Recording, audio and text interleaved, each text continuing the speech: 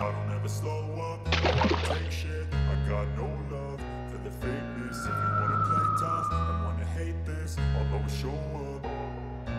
I don't ever slow up, no, I don't take shit. I got no love for the fakeness. If you wanna play tough and wanna hate this, I'll always show up and make a statement. Po jarní a letní výpravě do Ázerbájdžánu je na řadě podzimní verze. Tentokrát ale ve větší skupině a na nová místa. Pojďte si spolu s námi vychutnat návštěvu této zajímavé země a prožít společně nová dobrodružství. První zážitek nám hned po příletu obstaral řidič taxi, který během cesty z letiště do centra Baku nabyl dojmu, že z dohodnutých 30 manatů se během cesty stalo 50. Na vysvětlenou nutno dodat, že 30 manatů je velmi slušný kšeft. S Boltem nebo Uberem za stejnou trasu absolvovat za manatů 10.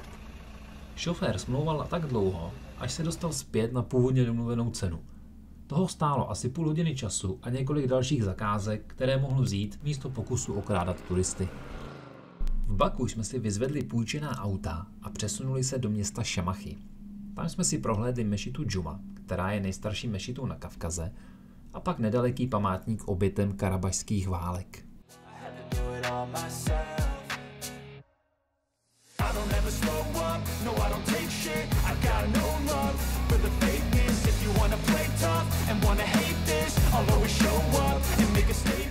V samém sousedství památníku stojí vrak stíhacího letounu ruské výroby Su-15, který nás zabavil na dlouhé minuty.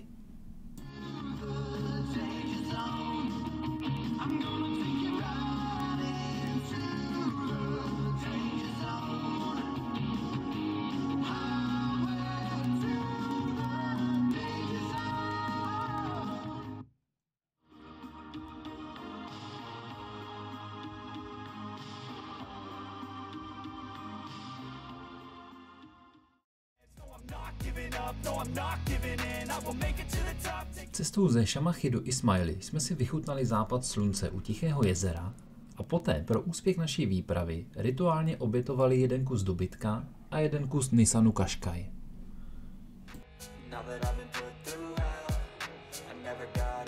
Jsem zatčen za to, že ty jsi přejel krávu.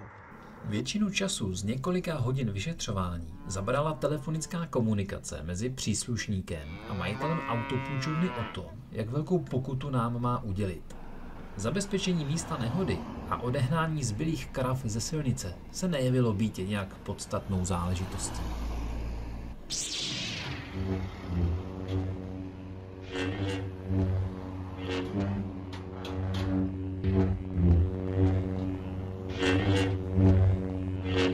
Kruh se uzavřel na stanici se psáním protokolu. My jsme přišli o polovinu naší flotily a několik hodin času. Podstatně hůř ale dopadla kráva, která se před vstupem do vozovky zapomněla rozhlédnout. Druhý den ráno jsme našli více než důstojnou náhradu za náš původní vůz. All systems go, Michael.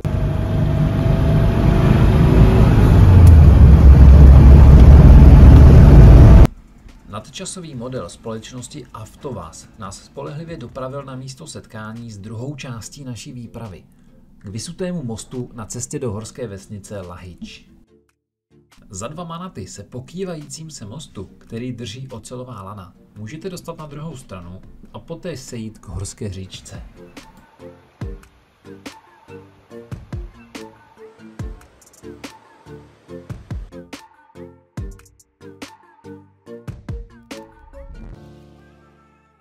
Někdo na druhý břeh přeskákal, někdo přebrodil, ale ve vodě jsme nakonec stejně skončili téměř všichni.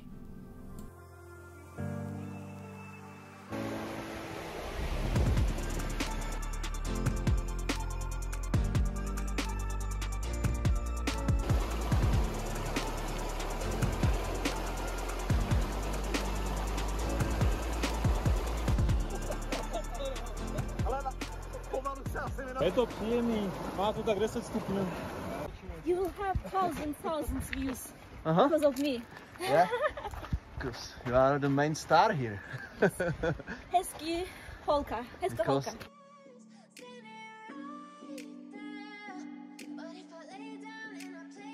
A po osvěžující koupeli a procházce přírodou přišel na řadu ázerbájdžánský čaj a poté odjezd do několik kilometrů vzdálené vesnice Lahič. Účastníky zájezdu jsme kvůli chybějícímu vozu museli odvést na etapy.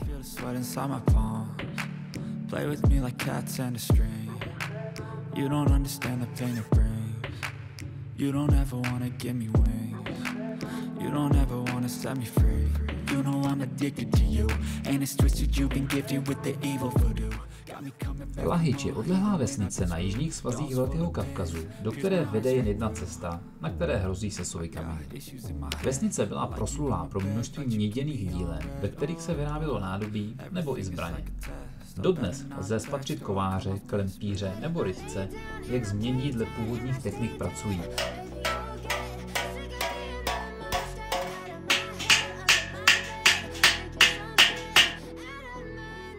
V úzkých uličkách mezi kamennými domy lze najít několik restaurací s typickou lokální kuchyní. My jsme do jedné z nich zašli naplněné placky gutab. Protože jsme si večeři chtěli zasloužit, přiložili jsme taky ruku k dílu. Gutab se plní masovou nebo zeleninovou směsí. Abychom vykompenzovali ztrátu kravýho života z předešlého dne, rozhodli jsme se pro směs čistě zeleninovou. Snad to bude mít dobrý dopad na naši karmu. Po vydatné večeři jsme se všichni vměstnali do posledního dopravního prostředku, který nám zbyl, a vyrazili takto do 100 km vzdáleného Šamachy, kde byla šance najít taxi do Baku.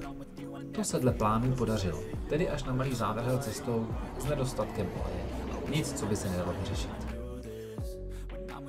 Tady už jsme ale v Baku, v muzeu vojenské techniky zabavené Arménii během válek o Náhorní Karabach, které s různou intenzitou probíhají posledních 30 let. Často se jedná o techniku ze střetů z počátku 90. let.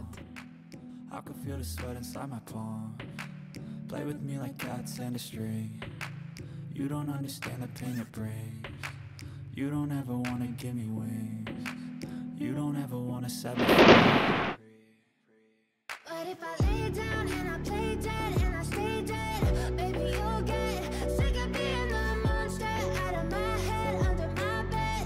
Think you're so good, out of my nightmares. But if I lay down and I play dead and I stay dead, then will you get bored of killing me? Then will you get bored of killing me? Janardak je skála, skrz kterou uniká plyn, který na povrchu hoří. Tady to ale vypadá, že nestačilo schořet všechen a došlo k lehčí hromadné intoxikaci.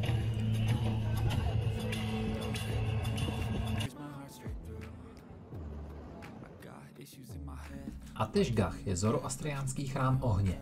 Název tohoto místa doslova znamená domov ohně. Dnešní plamen už je živen vybudovaným přívodem plynu. Ten původní věčný plamen vyhasl v roce 1969 kvůli vyčerpání místních zásob plynu nadměrnou těžbou.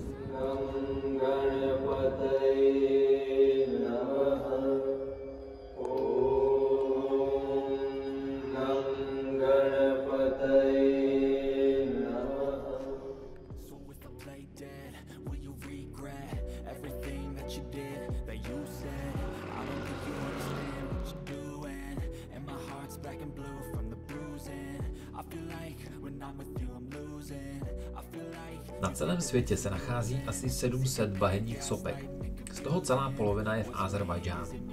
V blízkosti těchto sopek se obvykle nachází ložiska plynu nebo ropy. Občas ale dochází i k mnohem silnějším erupcím, než jen k typickému probublávání. To pak dojde k podzemním výbuchům a na sopkou se objevují obrovské plameny.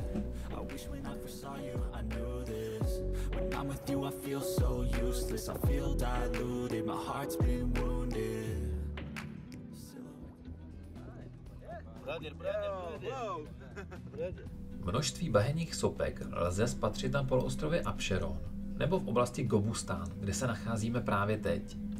Z větších nebo menších sopečných útvarů neustále probublává bahno a vytéká po sopečném kuželu, kde postupně na slunci zasychá.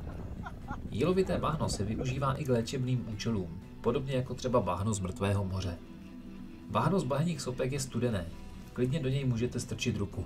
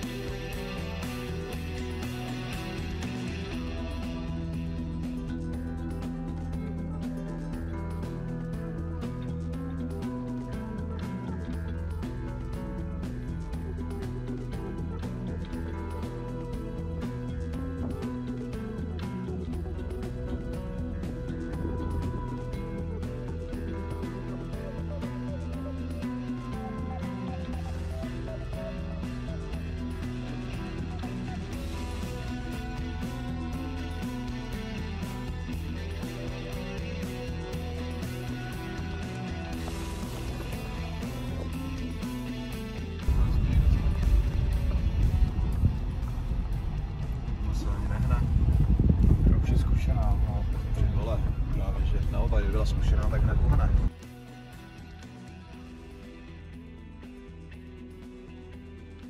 Pravěká skalní osada Gobustán je zapsaná na seznamu UNESCO. Jedná se asi o 2000 let starou osadu s kresbami lovců a zvířat vyrytých ve skalách a kamenech. Součástí areálu je i muzeum. Skalní památky se nachází jen několik kilometrů od polí bahenních sopek.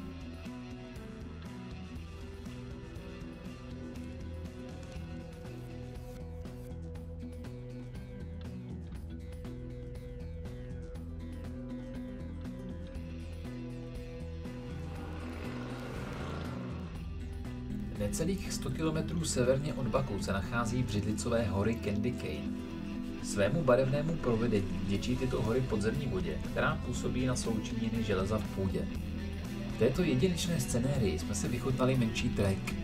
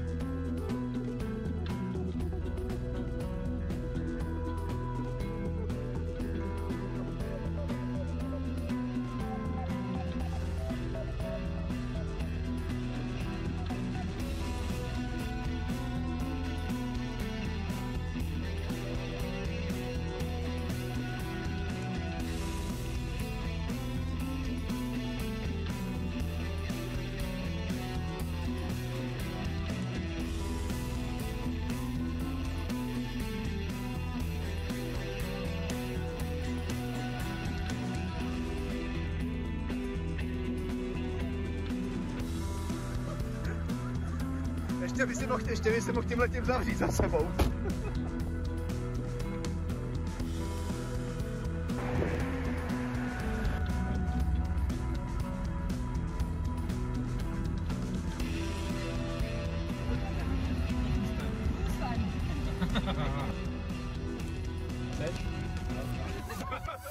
Na cestě zpět do Baku se můžeme seznámit s typickým provozem v tomto městě. Ucpané silnice a troubějící řidiči patří k místnímu folkloru. A pokud by snad někde hrozil plynulý provoz, pak se pomalu jedoucí kolony způsobí uměle, aby snad účastníci provozu nevyšli ze cviku.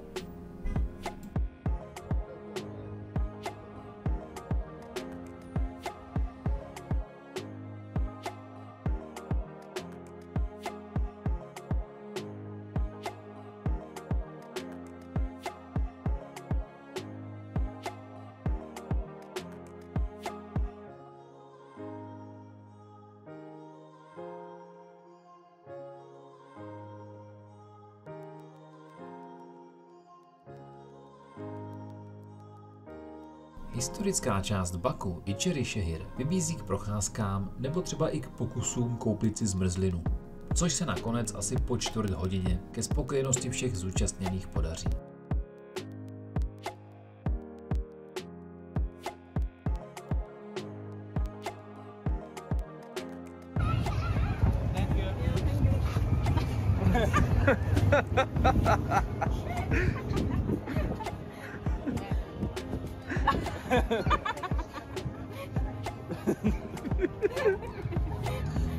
Oh, thank you.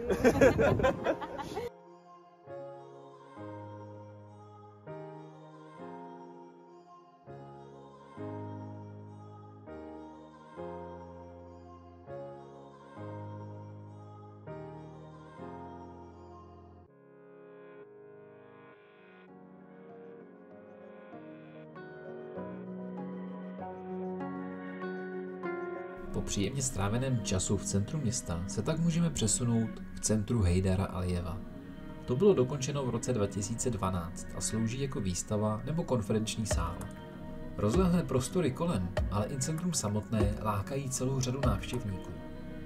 Centrum je zajímavé jak ve dne, tak i večer, když se vnitřní prostory rozsvítí.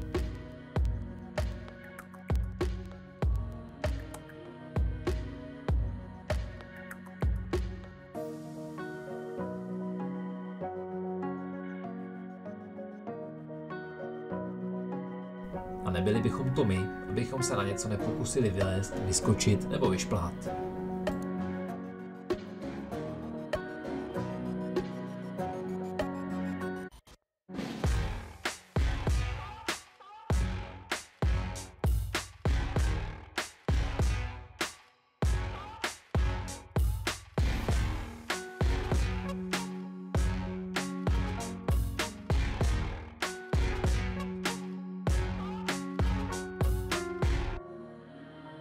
Pokud si budete chtít v Baku zajít na dobré pivo, tak pivovar z restaurací Mirbaša může být tím pravým místem. Pivo si tam vaří vlastní a chutná velmi dobře. A pokud se na tom shodnou všichni čeští návštěvníci, tak to už něco znamená.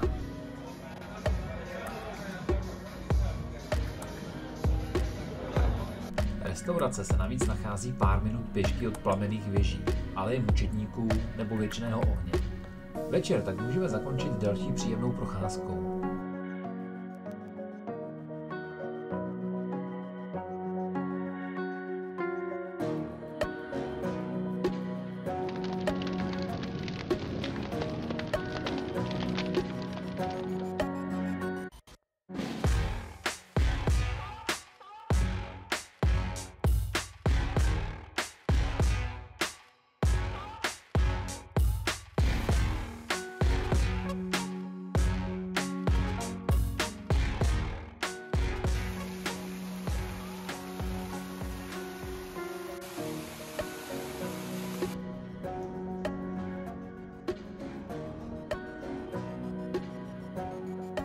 Teď už ale pomalu nastal čas se z Baku i celým Ázerbájdžánem rozloučit.